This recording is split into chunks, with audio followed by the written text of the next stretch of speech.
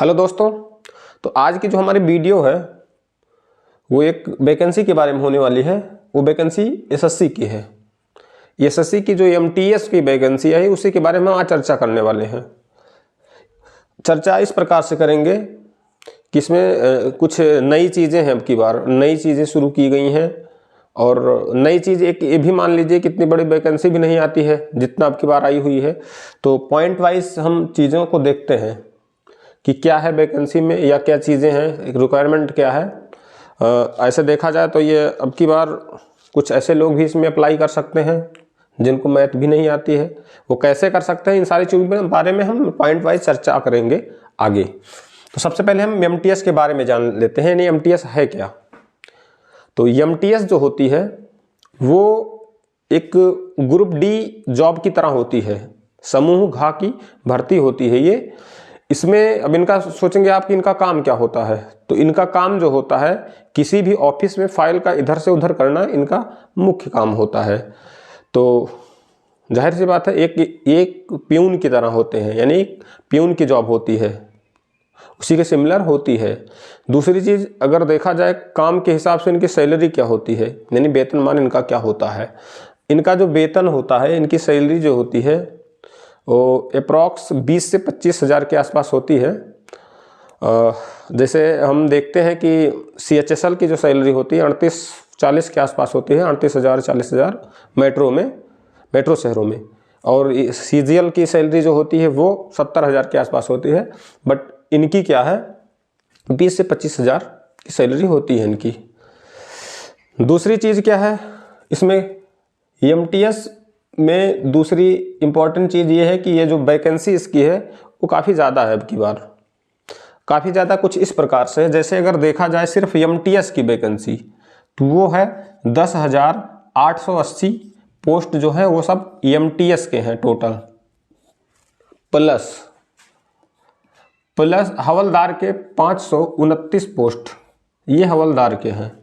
Total अगर देख लेते हैं हम 11,409 इसी के लगभग वैकेंसी है। इतनी वैकेंसी एमटीएस के लिए बहुत बड़ी मानी जाती है।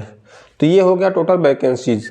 अब तीसरी पॉइंट हम देखते हैं महत्वपूर्ण तिथियां, कि नोटिफिकेशन से लेकर एग्जाम तक जो महत्वपूर्ण तिथियां उनके बारे में हम जान लेते हैं। सबसे पहले 18 को नोटिफिकेशन आता है, 18 जनवरी को, और फॉर्म भी शुरू हो जाता है 18 जनवरी को। 18 जनवरी को फॉर्म भरना शुरू हो जाता है, यानी कि शुरू हो चुका है। आज का डेट जो है वो 20 जनवरी है और ये 18 से फॉर्म भरा जा रहा है। दूसरी चीज़ है इसका लास्ट डेट है 17 फरवरी। लास्ट डेट क्या है, 17 फरवरी। ऑनलाइन का जो बिगिन का डेट है वो है 18 जनवरी और लास्ट डेट क्या है, लास्ट डेट 17 फरवरी। और अगर आपका फॉर्म भरते टाइम पे कुछ गलती हो जाती है तो उसका करेक्शन का भी डेट है, वो है 24-25 को। आप करेक्शन भी करा सकते हैं फरवरी में फॉर्म भरने के बाद। और एग्ज़ाम इसका जो होने वाला है वो अप्रैल में होने वाला है। अभी का जो इनका नोटिफिकेशन में जो इन्होंने मेंशन किया है वो बोला है कि हम अप्रैल में एग्ज़ाम करवाएंगे। दूसरी चीज़ है, अब चयन प्रक्रिया के बारे में थोड़ा सा जान लेते हैं। तो इसकी जो चयन प्रक्रिया है वो एमटीएस के लिए है तो एक कंप्यूटर बेस्ड टेस्ट होगा और उसके बाद डॉक्यूमेंट वेरिफिकेशन होके आपकी ज्वाइनिंग हो जाने वाली है। दूसरी चीज़, अगर ये हवलदार के थ्रू देखते हैं, नहीं अगर हवलदार के वे में अगर देखा जाए तो इसमें क्या होगा, सबसे पहले एक कंप्यूटर टेस्ट होगा, वही वाला टेस्ट जो टेस्ट एक ही टेस्ट होगा दोनों लोगों के लिए। यानी कि दूसरा क्या होगा, आपका एक फिजिकल होगा, फिजिकल के बाद डॉक्यूमेंट वेरिफिकेशन होगा। यानी हवलदार में एक चीज़ बढ़ा क्या है, फिजिकल।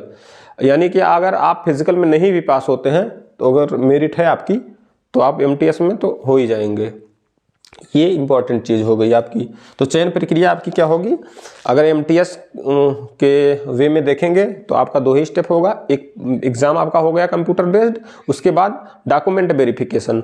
बट हवलदार के वे में देखेंगे तो सबसे पहले आपका क्या होगा, एग्ज़ाम होगा एक, फिर उसके बाद आपका पीटी होगा, फिजिकल टेस्ट के बाद आपका तब जाके नंबर आता है आपका डॉक्यूमेंट वेरिफिकेशन का। तो ये तीन स्टेप इसमें जाएगा हवलदार में। ये तो हो गई आपकी चयन प्रक्रिया। दूसरी चीज आयु सीमा। आयु सीमा क्या है? एमटीएस के लिए जो आयु सीमा है वो 18 से लेकर 25 साल तक है, और हवलदार की जो आयु सीमा है वो 27 साल है, यानी 18 से 27 साल। अब इसमें ओबीसी वगैरह को छूट भी है 3 साल की, SC ST को 5 साल की ये छूट है। दूसरी चीज आपका क्या है? शैक्षिक योग्यता। शैक्षिक योग्यता क्या है इसमें? शैक्षिक योग्यता जो इनकी है वो सिर्फ हाई स्कूल है। इसके ऊपर इंटर का भी डाल सकते हैं, ग्रेजुएशन है, बहुत ज़्यादा पीजी है। अब ये नहीं कि आप PhD है तब भी डालिएगा, बट 25 साल में कोई PhD भी नहीं करता है अपने यहाँ। चलिए ठीक है, ये हो गया। दूसरी चीज़ क्या है? जो सबसे बड़ा सबसे इम्पोर्टेंट जानकारी है वो इस टॉपिक में है, यानी अब की बार क्या क्या बदलाव हुआ है। बदलाव हुआ है, बहुत ज़्यादा बदलाव हुआ है। वो बदलाव कुछ इस प्रकार से है, जैसे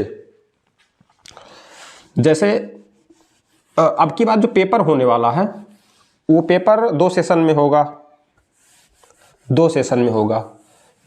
2 सेशन का मतलब हुआ 45-45 मिनट का 2 सेशन होगा। इसमें कितने का? 45-45 मिनट का 2 सेशन होने वाला है। 45 + 45, ये पहला सेशन जो होने वाला है इसमें क्या होगा आपका? इसमें आएगा कौन सा? एक आना है मैथ, दूसरा क्या है? रीजनिंग,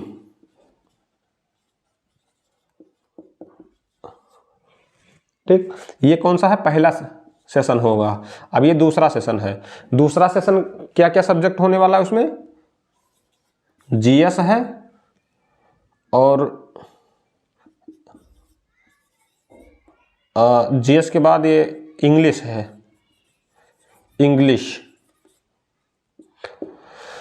अब ये जो मैथ है, मैथ का टोटल जो क्वेश्चन होने वाला है वो होगा 20 क्वेश्चन, 3-3 नंबर का, यानी टोटल कितना हो गया? 60 नंबर का ये हो गया मैथ। अब बचा रीजनिंग। रीजनिंग भी सेम वही है, 20, 3-3 नंबर का एक है 60, टोटल नंबर हुई कितना? 120। सबसे बड़ी इसमें बात क्या है कि ये जो है इसमें कोई माइनस मार्किंग नहीं है। आप 40 के 40 यानी 40 के 40 क्वेश्चन आप कर लीजिए, कोई माइनस मार्किंग नहीं है। आपका गलत हो सही हो से कोई दिक्कत नहीं है। दूसरी चीज जीएस में क्या है? 25 नंबर का जीएस है, 3-3 नंबर यानी 75 नंबर का ये हो जा रहा है, और 25 नंबर की इंग्लिश है जो 3-3 नंबर की वो 75 नंबर की ये हो जा रही, नहीं कुल मिला के 150 नंबर आपका ये हो रहा है। समय इसको कितना मिल रहा है? 45 मिनट इसको मिल रहा है, 45 मिनट इसको मिल रहा है, टोटल आपको 90 मिनट मिल रहे हैं। दूसरी बात क्या है? इसमें माइनस मार्किंग है, इसमें तो माइनस मार्किंग नहीं, मैथ रीजनिंग में कोई माइनस मार्किंग, निगेटिव मार्किंग है ही नहीं, बट इसमें क्या है? निगेटिव मार्किंग है, यानी कि अगर आप एक क्वेश्चन गलत करते हैं तो 1 नंबर कटेगा। एक क्वेश्चन 3 नंबर का है, बट एक क्वेश्चन आपका गलत होता है तो 1 नंबर का कटेगा, यानी 1 नंबर का निगेटिव मार्किंग है आपका। दूसरी इंपॉर्टेंट बात क्या है इसमें? ये जो है ये वाला पहला सेशन जो है मैथ और रीजनिंग का, ये सिर्फ आपका क्वालिफाइंग मार्क है, इससे आपका कोई मेरिट नहीं बनने वाली है, ये क्वालिफाइंग एरिया है। बट मेरिट आपकी जो बनने वाली इससे बनने वाली है, इंग्लिश और जीएस से। यानी उदाहरण स्वरूप अगर देखेंगे आप तो मैथ और रीजनिंग में सिर्फ आप 30% क्वेश्चन अगर कर ले जाते हैं, जनरल के एवरेज में देखा जाए, जनरल कैंडिडेट जो है मैथ और रीजनिंग में मिला के अगर 30% नंबर भी इनका हो जाता है तो फिर इनकी कोई दिक्कत नहीं है। जैसे 30% का मतलब 120 का 30% मतलब 36 नंबर, यानी कि आप 36 नंबर भी आपको मिल जाता है तो आप क्वालिफाई कर जाएंगे। और 36 नंबर का मतलब क्या हुआ? 36 नंबर के लिए आपको सिर्फ 12 क्वेश्चन करने होंगे। अब आपको मैथ 0 के बराबर आती हो, मतलब आपको मैथ आती ही नहीं हो, अगर रीजनिंग भी आपको आ गई तो आप 12 नंबर 20 में से 12 नंबर आपको करना है और 36 नंबर आप पाके क्वालिफाई कर जाएंगे। इन चीज़ों से झंझट से मुक्ति आपको मिल जाएगी। दूसरी चीज़, आप तो यहाँ पे क्वालिफाई कर गए 12 क्वेश्चन करके आप, अब उसमें 12 सही कर दीजिए, बाकी सारे के सारे क्वेश्चन गलत रहेंगे, कोई दिक्कत नहीं है। 18 क्वेश्चन भी गलत रहेगा आपका, कोई दिक्कत नहीं है, क्योंकि 12 नेगेटिव मार्किंग तो है नहीं। चलिए आप क्वालिफाई कर गए, फिर अगला स्टेप जो आता है जहाँ से आपकी मेरिट बनने वाली है। मेरिट कहाँ पे बनने वाली है? यहाँ पे, इस 150 नंबर में आपकी मेरिट बनने वाली है। तो अब आपका जीएस और इंग्लिश, यही दो डिपेंड करते हैं आपके कितनी ज़्यादा मेरिट जाएगी, आपका सिलेक्शन होगा कि नहीं होगा।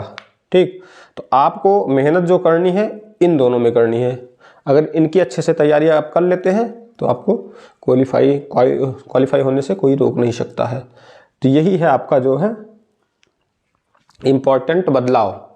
तो आशा करते हैं कि जो है आपको अच्छे से समझ में आ गया हो। अगर कोई चीज़ें नहीं समझ में आ रही तो कमेंट बॉक्स में आप कमेंट करके पूछ सकते हैं।